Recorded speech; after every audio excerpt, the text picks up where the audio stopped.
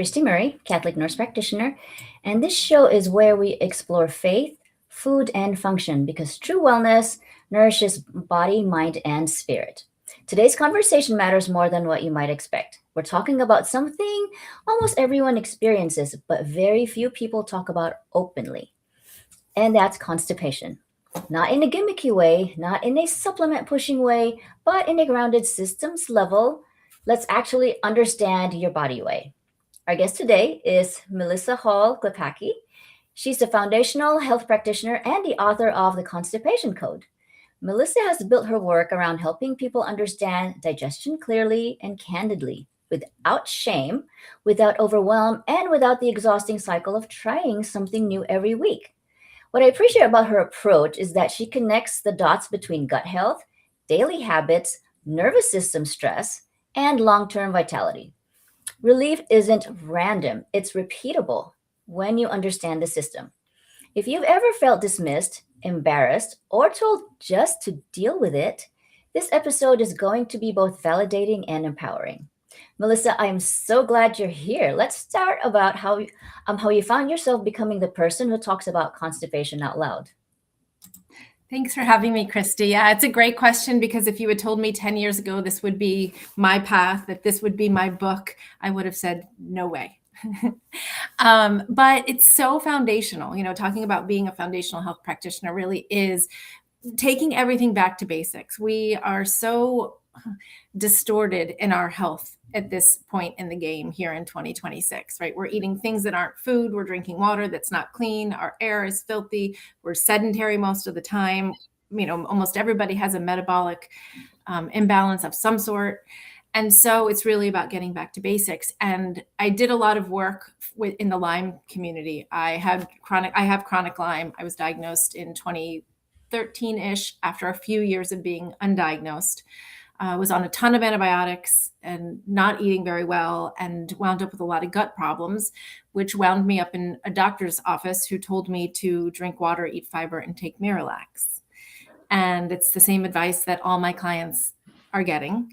It's the advice that got me nowhere. I wound up, Googling at 2 a.m, new supplement for laxative. How safe are enemas? All that crazy stuff because I was desperate. You wind up desperate. You get yourself into like a cycle of constipation that you just can't break because you don't understand the why. Right? If we don't understand why, it's like driving a car. This is one of my favorite examples because we all drive cars pretty much, right?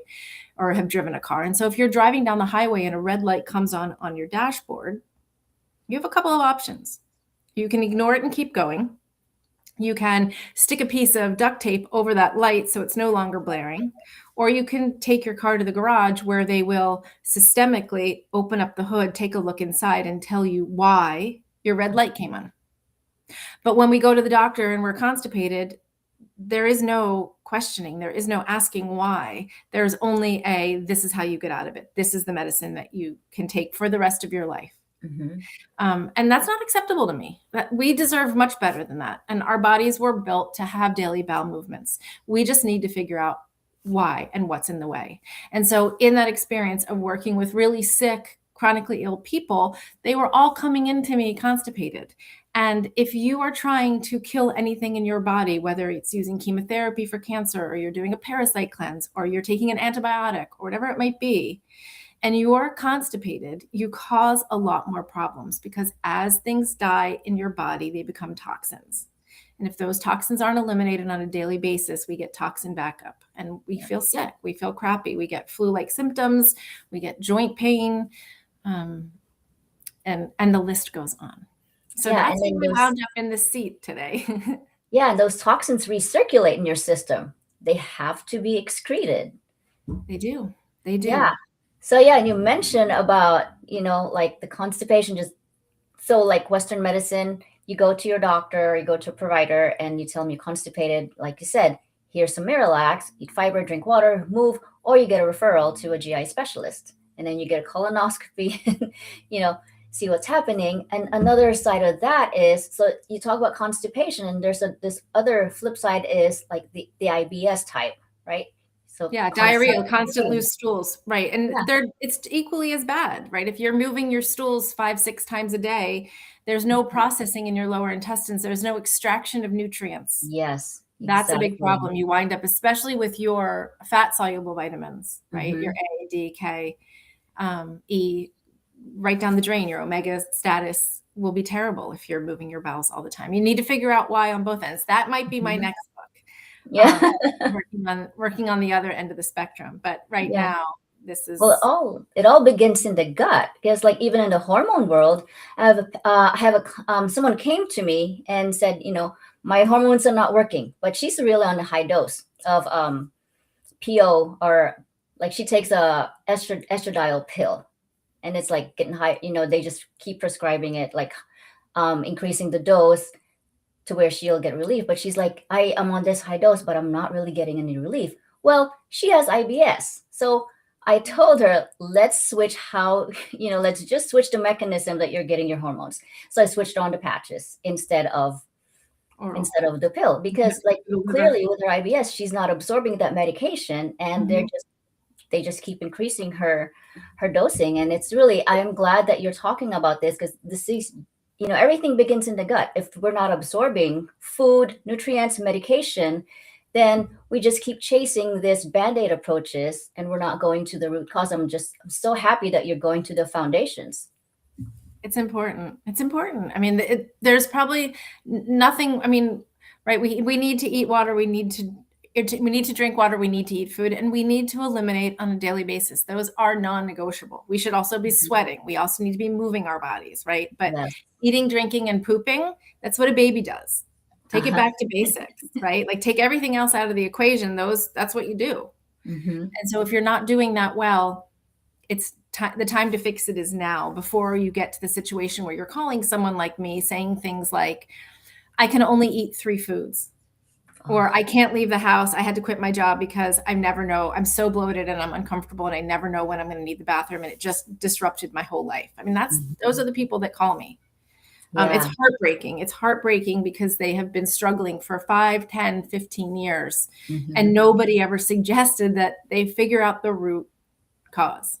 Yeah, exactly. So I'm glad they find, eventually find. I'm glad you're doing what you do. So why is constipation like still such a taboo topic if they're waiting that long?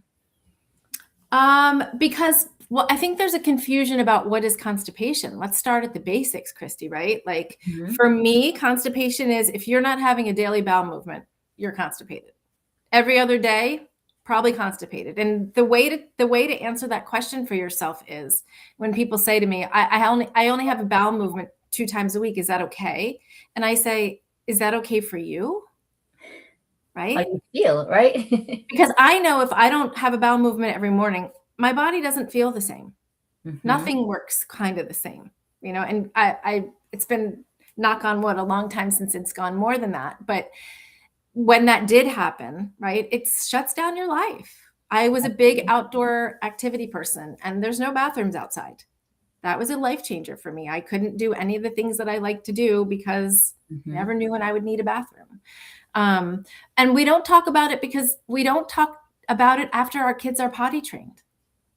I mean, I do. I ask my teen boys, like, did you poop? And as soon as anything ever Hmm. goes wrong, if they have a headache, if they have a bellyache, if they're Hmm. grumpy, did you poop today? I mean, Yeah. it's that important. It's that important. But when our kids are 3 or 4 and get off that little tiny potty, we kind of Hmm. stop asking. We kind of pay attention in the back of our heads. There's a lot of kids out there that are really constipated and struggling. And a lot of it has to do with inactivity and a lot of processed foods. Our Yeah. bodies don't know what to do with that.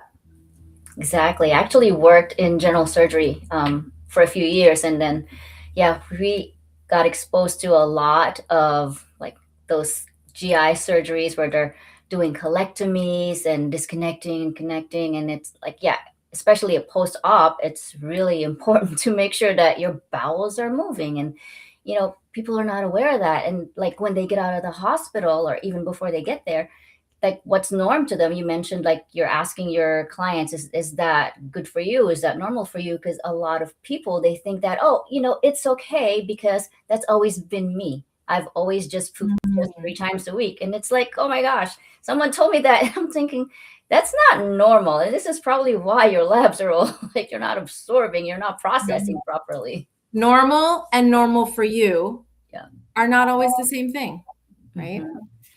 We live with a lot when you really, we see clients all the time, Christy, right? And you'll talk to people and it's amazing the burden that people are living under. Daily headaches, chronic pain, depression, anxiety, GI issues. It's, the list goes on, and the list of medications that they're on that people come in with, and they're not, I'm 55. I don't take any medications, and I see people younger than me on 5, 6, 7 medications. Wow. That's pretty serious. And they all have side effects. Don't let anyone tell you that they don't. Right. And that's one of the chapters in my book is dedicated to medications, because many medications cause gut problems, cause constipation, and no one will tell you that. Yeah. And it can be as simple as going to your doctor and saying, I have this, here are the medications that I'm on. I now have constipation. Do any of these medications cause constipation? And a lot of times the doctor will go, oh yeah, that one. Maybe we could switch it. Yeah. If you don't tell them that you're having the issue, they won't know. They'll just continue writing the script, right? We have to stand up for ourselves. Yeah. I truly believe that we should advocate for ourselves. Even just, asking questions, not so much as arguing or saying, I saw this on TikTok, I saw this here. It's just like having a good conversation, like what are the side effects of this? And, what should I expect? Yeah. I think it's really interesting because when I have people come to me working with me long-term now, clients that I have on a monthly basis, they want to get off some of their medications. They're feeling really good. They've done some good detox, and no one's letting them off. No one wants to take the chance that if they took them off a medication, there couldn't be a disastrous effect that would get tied back to that provider, right? That's really what it is. And so my biggest prayer for you out there is, before you take the medication, when your doctor says, oh, that's what's happening, here's a medication, you say, hold up, is there anything else I can do foundationally? Is there anything else that I can do with my diet, with my exercise, with my lifestyle habits that could help me to remedy these symptoms instead of slapping a Band-Aid on? Yeah, I actually love it when I review the labs with the people I work with, and I say, well, this is the medication for it. And I love it when they ask, well, is there anything I can do before I start that medication? I just love that. And I was like, absolutely. And here's what you can do. And then I just go down the list with them. And then I give them a chance, I give them an option. Why don't you try doing it on your own for 3 months, what you've proposed? Because then we partner together. I'm not telling them that they have to be that. And they're taking ownership of like, hey, give me a chance. Let me do this. And if it doesn't improve, then we'll try that low dose medication that we're talking about. Yep. Yeah. So talking about partnering, so are there any emotional component or nervous system component behind chronic digestive issues? Yes, for sure. I come from Chinese medicine background, right? We know that liver and anger are closely connected. And we see a lot of people in this society that are really high strung and angsty. And that affects your liver, and liver affects your constipation. That's a chapter in the book. There's another chapter in the book about nervous system dysregulation, right? So I like to give the example of a client that I had one morning I talked to who described her morning routine. I'm really big on morning routine because that's when we want to move the bowels. But if we wake up in a state of being chased by a bear, that's what we call it when you're in that state of fight or flight, there's no time to poop. Right? All the digestive system shuts down. You are powering your body. You're powering your heart. You are, escaping a life or death situation. That's what your body perceives. So when my client would say she'd wake up in the morning at 6 a.m. and she would jump out of bed, turn on the shower, brush her teeth in the shower, get out of the shower, wrap her head in a towel, run downstairs, feed the dogs, run back upstairs, dry her hair, put on a tiny bit of makeup, get dressed, and she was in the car by 6:38. And I was like, so when do you poop? She said, I don't. Well, I don't. That's why I'm calling you. And I said, yeah, but where have you carved out even a second for yourself in the morning, right? You need to slow it down. And, circadian rhythm comes into play there. waking up with the sun and waking up slowly and drinking some water and giving your body a hot second to perform. You know, I have all my clients sit on the toilet. Even if you don't think you're going to have a bowel movement in the morning, the act of getting up, drinking a full glass of water in a rested state, going to the bathroom, sitting on the toilet in proper pooping position, which is a whole other thing. If we are hunched over on our phones on the toilet, that's not helping our gut, right? We need our knees to be up a little bit, almost like we're squatting. And you give yourself 5 minutes. No judgment. If nothing happens, okay, but we're training our bodies that here, this is our morning routine. Like I am expecting a nice poop. I'm going to start with a big glass of water. I'm going to make sure I'm hydrated. I'm going to do some deep breathing. And if it doesn't happen, okay. We move on with our day, but at least we're giving ourselves that chance. When we are so dysregulated and in that state of fight or flight, we have no chance. Yeah, I agree. I mean, we toilet train our kids. Why do we just, you know, I'm going to say like, throw that out in the toilet, no pun intended. Why don't we just forget about it when we become adults? We also need to keep training our bodies. Hey, this has to happen every day. We have to excrete everything that we processed the day before every day. Otherwise, like we had talked about earlier, it's just going to keep recirculating. And then you mentioned that, you know, waking up in fight or flight, you start your day this way and you just run around. So I'm a fan of tech gadgets, right? So I have a Garmin watch. So when I get to work, it actually logs in saying, oh, you have an activity today. And I'm thinking, I just got ready for work. What kind of activity? So I look at my phone, it says, oh, did you do CrossFit or did you do HIIT? And I was like, no, I just got ready for work. Right. So yeah, it's yeah, you're right. It does pick up, like the body sees that as stress, but in our normal world, we're just getting ready for work. We're getting ready for our day. Yeah. I wear an Oura ring, right? It's like kind of like a Fitbit or a Garmin. And it has a feature that's been relatively new, but it talks about your stress throughout the day. Okay. And I have a really low heart rate. So anytime I'm active, my heart rate is much higher than resting. So it's perceiving. I wrote a letter to the company and I'm like, it's saying that I'm in a constant state of stress, even when I'm laying down. Like if I take a 15-minute break, it barely goes down. But it has been, you know, I'm a tech fan too, and it has been a good reminder. Like if I see myself up in the red zone, like I will take just a few minutes, just a few breaths. It can make all the difference in the world. And that's the beauty of this foundational health that I talk so passionately about, is that we're not asking people to do crazy things. We're not asking for you to join a gym or go on a vegan diet, right? We're asking you to take it back to basics and nourish yourself and care for yourself and sleep and rest and have some stress-free time. Just so important. Yeah, I agree. I mean, we have so many tools, like to the point that there's so much noise. What do we use? You know, your Oura ring, the watch. I mean, we don't have to go crazy with them. It's feedback, right? Right. Like the ring's telling you, why are you stressed? Why are you doing this? It's a reminder. Okay, stop and slow down, take a deep breath. So, you know, I think we should use that to our advantage. Yeah. So like now let's talk about the common myths about constipation. So you mentioned morning routine.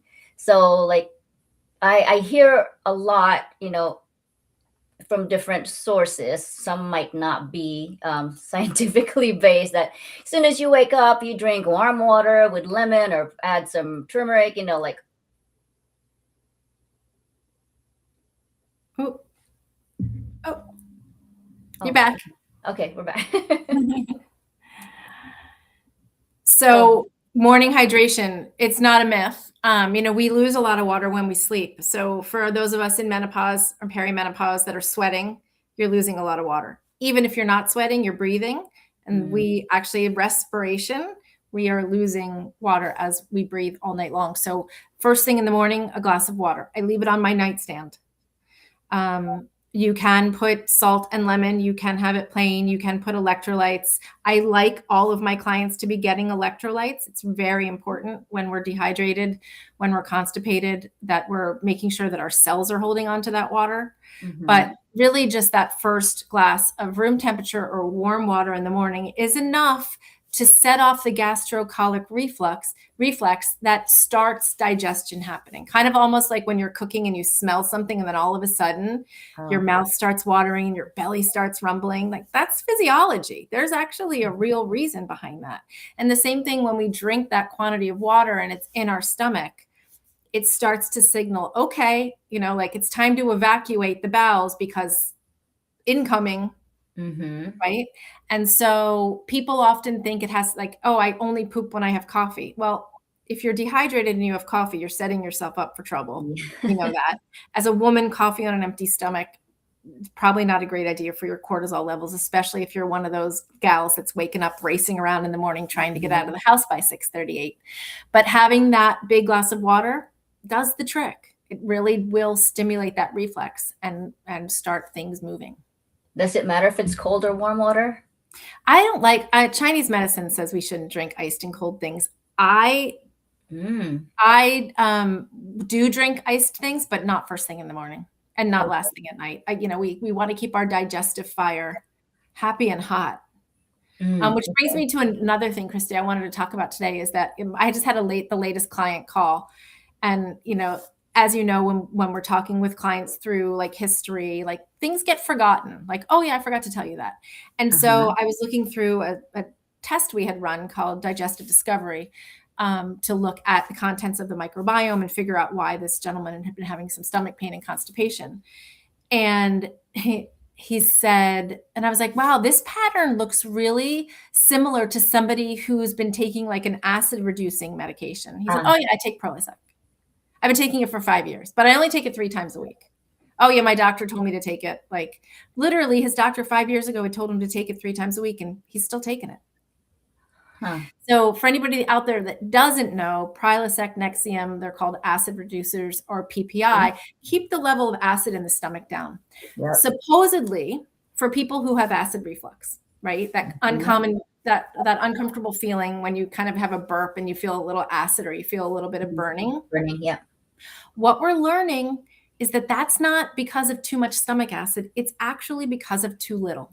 Because there's I want you to think about like your belly as a enclosed circle, right? You do have a tube coming down, but when your belly is churning and all that acid is eating up that food, there's a lot of pressure in there and it keeps the flap closed that goes up to your esophagus. But if you have weak stomach acid and it's kind of doing its thing, it's kind of limp. And so you will get splashback. So I almost always have found in testing that when somebody comes in with low stomach acid or high stomach acid, it's actually low stomach acid. And then we've got lots of downline problems because one of the big functions of the stomach is to kill all those pathogens, to kill all those parasites that we get with every bite of food, whether you're eating meat or vegetables or drinking water. There are critters, there are bacteria need to be killed. The stomach acid is incredibly good at that. But when you are tamping down your stomach acid, that bacteria makes it through. It sets you up for dysbiosis, which is just a fancy word for bad bugs in your gut. It sets you up for SIBO, which is called small intestinal bacterial overgrowth, which is just bad bacteria in your small intestine. Basically, right, you can, and maybe even some candida, which I often see overgrowing when we have low stomach acid. So we try to fix this one problem, and I feel like people get really scared because doctors will throw around cancer risks in the esophagus, and people get so scared they don't know what to do. I was diagnosed with that myself. So when I had gone to the gastroenterologist with all of my problems, I was scoped from the top, right? And I was scoped from the bottom with the colonoscopy, and I even swallowed a camera.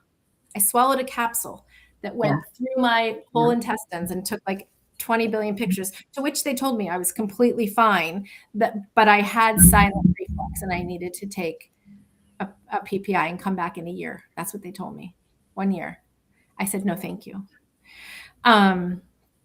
But I mean, everyone makes their own choices, but I always, I want to know why. So what did I do? I came back and I did 2 things. I increased my stomach acid, right?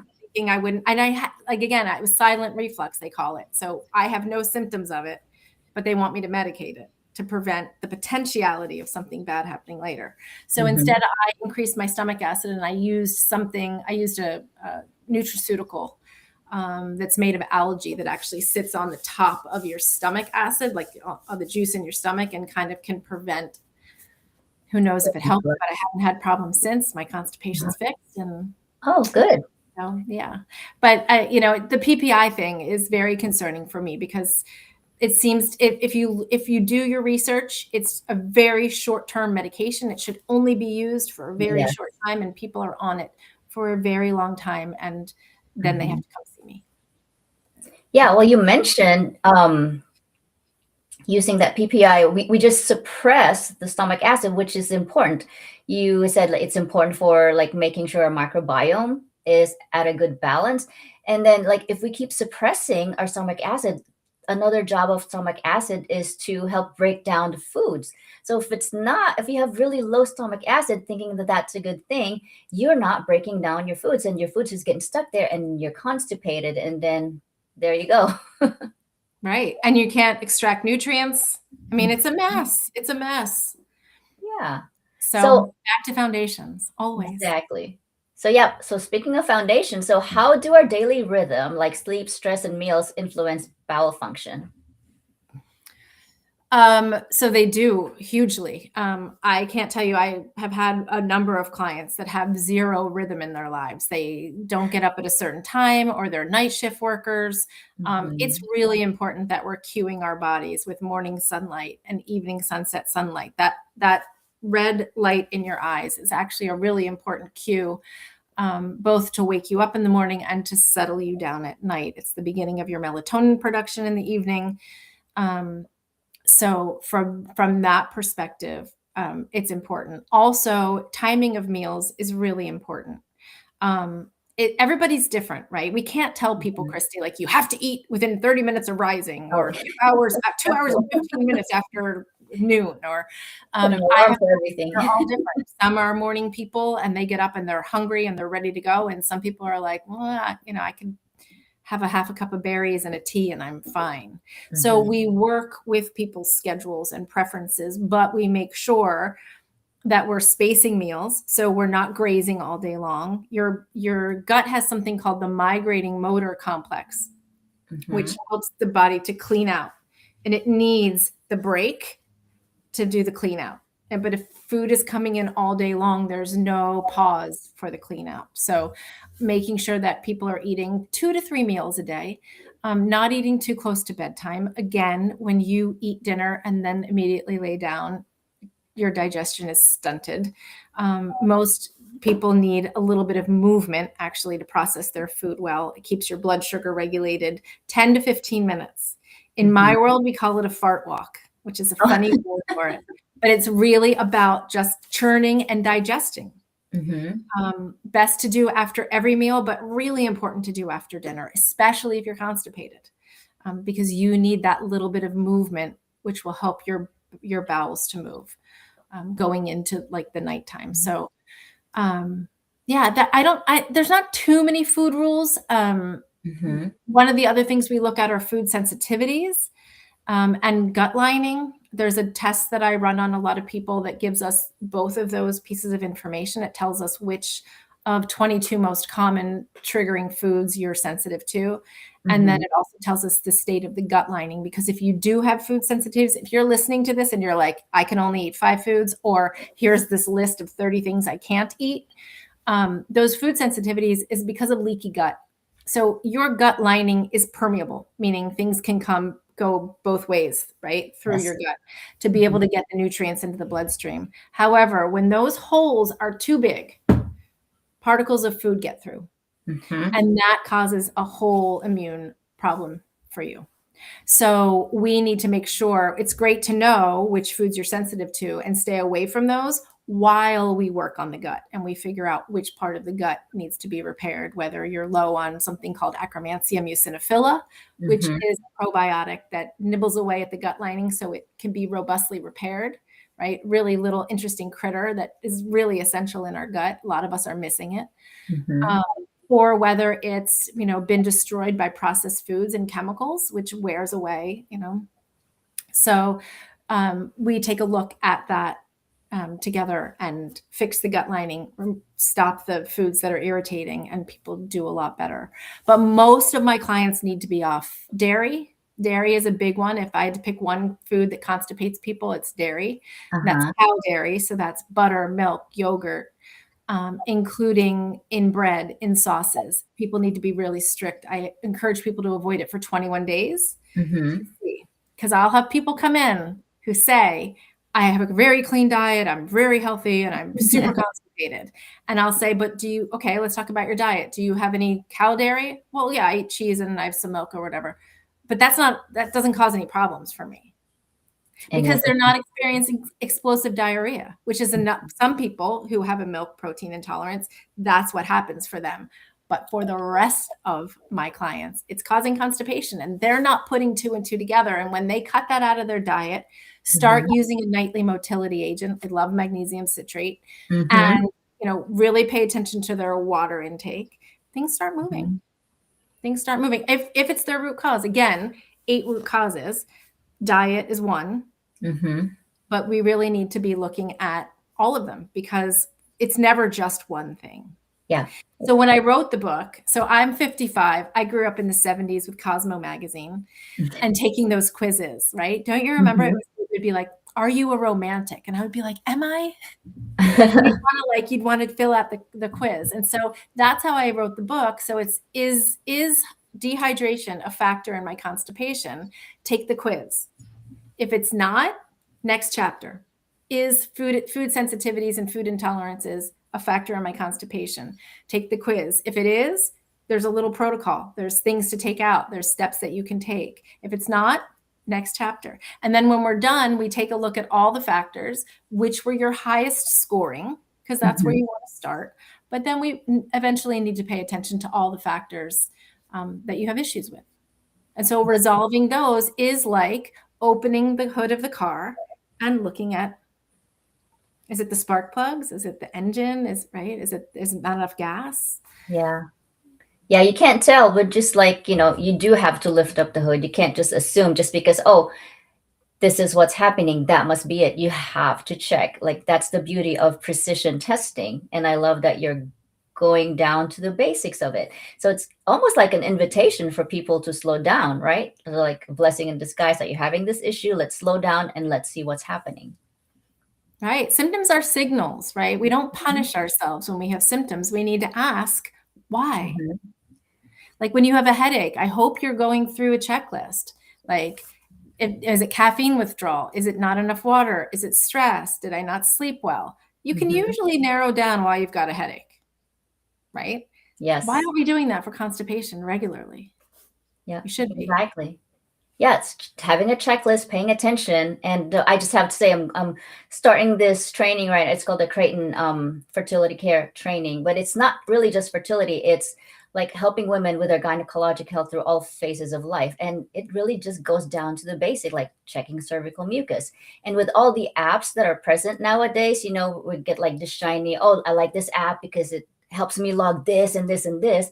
But with the Creighton training, we just have a chart and you log, we teach you what to look for. And then there's like corresponding sticker to it. It's amazing how now I open my chart and it's like mind blowing to me. I'm thinking, okay, I'm a nurse practitioner, but in my mind, I know what's going on in my body, but now I have it all on paper and I'm logging things in. It's a different view of my own health. Well, that brings me to another great point, Christy, too, because I always tell people you can't change what you can't track. Yes. So people will say things like, I drink a lot of water. And I'll say, well, how many ounces? Well, I don't know, like 3 glasses. Well, how many ounces are in the glass? I don't know. Yes. 10? Okay, so that's 30 ounces of water. That's nowhere near what you need to be drinking, right? So we need to have ways that we track. In my programs,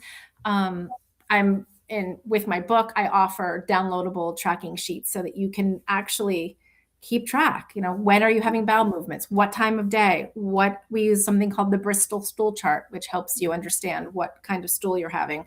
And you can track all these things. And then you can also compare it as if you're working on, for my clients, we work on moving bowels daily using a motility agent. And then once we're moving regularly, we work on increasing fiber. Mm-hmm. And again, like I'll say to my clients that come in, like we're looking between 30 and 40 grams of fiber to rehabilitate your gut. And they're like, yeah, I think I'm pretty good. And then we track it.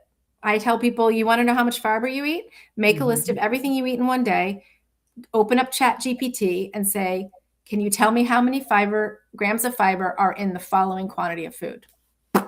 Bing, 12 grams, almost always. People are really low in fiber and they think they're doing a great job. So again, you don't track it, you can't change it because you don't know. Yeah, exactly. I talk a lot about my hydroponic tower. I have a hydroponic tower in my other living room, and I love it because I live in Alaska, and we can only have like fresh veggies like certain times of the year, and you have that really short time to start something from seed and then grow it. So hydroponic tower is amazing because like I just tell my kids, oh, you want some salad? You know, like, here's the scissor, just go to the tower and start getting some lettuce and whatever we're growing there right now. And I can actually tell the difference, like, first with the taste, the freshness, and just getting the store-bought, salad mix that makes it all convenient for us. I mean, because like, yes, when you're busy, when that's all the options you have, a little amount of fiber is better than nothing. But like you said, we got to pay attention because the nutrients that are in these processed packaged foods, like sometimes it's like you're getting more pesticide, more antibiotics in your system rather than actually doing your body good with the fiber that you're taking in. Yeah. Yeah. Packaged foods. I mean, if you can't pronounce it, you shouldn't be eating it. Yeah. So like you had mentioned, like people should stop, immediately dairy is like your number one, that they have to stop. So when are supplements appropriate and when are they, when they do become a distraction? Well, I think supplements are to supplement, right? So we need to make sure we have the baseline covered. However, I will say I've been pretty shocked at how many clients, and including myself, test ridiculously low for magnesium levels. I don't know exactly what's going on in the environment, but the body's need for magnesium is at an all-time high. I take magnesium, so I recommend magnesium citrate for my clients with constipation. It's the form of citrate, it's the form of magnesium that pulls water into the bowel. It has what's called an osmotic effect. But once people are doing really well, we try to move them from magnesium citrate to magnesium glycinate, which has less of an action osmotically, but also is relaxing. And it's great to take at night. So I moved myself to glycinate. I take about 300 milligrams every night and have for the last 2 or 3 years, and was at a doctor and had a mineral test done. And she was like, wow, your magnesium is really low. And I was blown away. I was like, you don't understand. Like, there are a few things that I take religiously, and magnesium is one of them. And she was like, you need to dose it twice a day. You're just burning through it. Wow. So that's why I like magnesium as a motility agent, because we need it so badly. And I think it takes a little while to get your levels back up. And so we start gently. You never want to force it because you'll wind up with really loose bowels. We're not looking for that. Right. We're just looking for a little bit of movement.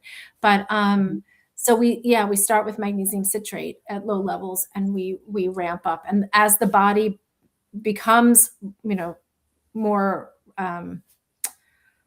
has a bigger base and builds the level of magnesium, all kinds of things change. People's, headaches disappear, restless legs disappear, period cramps get better. I mean, it's crazy that it is my all-time favorite supplement. So I think pretty much most of us need magnesium. I think we get confused by shiny objects out there, the weight loss pill and talking about weight loss and GLP-1 drugs and pills and people winding up constipated is a very big problem right now. But supplements are necessary, I think, back to the baseline of your question. I think in this day and age, in this toxic world, the body needs support. I think we need to make sure, I think more important than putting supplements in is stopping the bad stuff, right? Like, let's stop the onslaught of chemicals, stop the processed food. Please don't drink tap water, right? For anyone listening, there is an amazing website that I adore called environmentalwork.ewg.org. And if you do put in that, and then you go /tap water, it'll bring you to the tap water database. You'll be shocked at what's in your water. You'll be shocked. And I want to remind you that you can do a really good job at home and get an amazing water filter. But when you go down the street to the restaurant and order an iced tea or a Coke or a glass of water, that's tap water. So we really need to be conscious about what we're drinking, right? And we don't want to be drinking tons of water in plastic bottles either. Yeah. So much to think about, Christy. But yeah, I do. I think supplements are essential. I think we should be doing a good job of getting fruits and vegetables. 30 different fruits and vegetables a week should give us the whole, kit and caboodle of what's important when it comes to vegetables, the phytosomes and the fiber and all of that, all the nutrients and the minerals. But sometimes we need a little bit more. We need, some of us have we're learning more and more about genes, right? MTHFR. Yeah. And so we know that we don't methylate well, and we need to take methylated B vitamins. That helps us to detox. We're learning more about how to improve our own physiology with supplements, but you still got to do a good job on the foundations, because otherwise I wouldn't spend $100 or $200 a month on supplements if I was eating crap and drinking a ton of alcohol and drinking a ton of tap water and running like a crazy person. Yeah, you can't out supplement a bad diet. That's right. Yeah. That's right. So I want to talk about hormones. How does chronic constipation impact our hormones?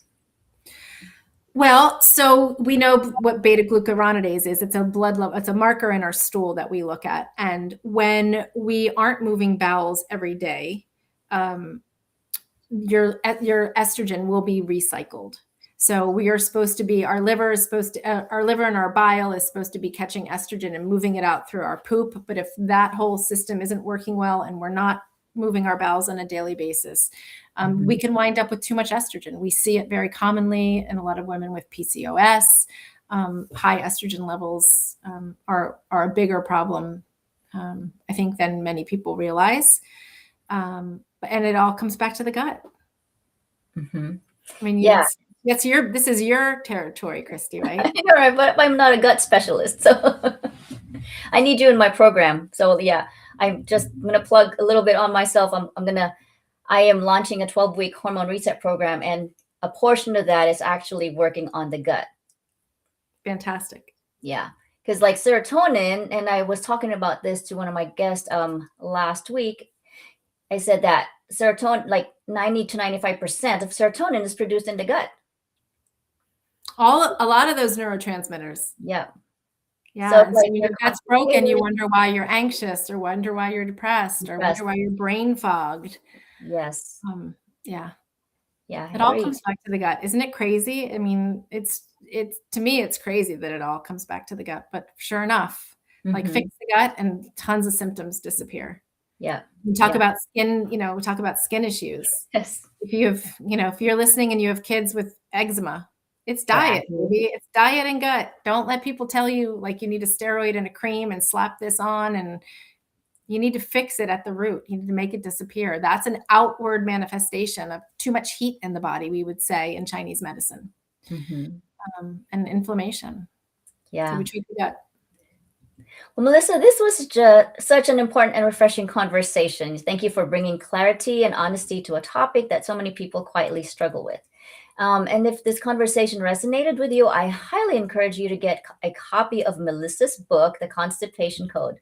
And you can find it at theconstipationcode.com. And I'm actually going to give you a QR code right now.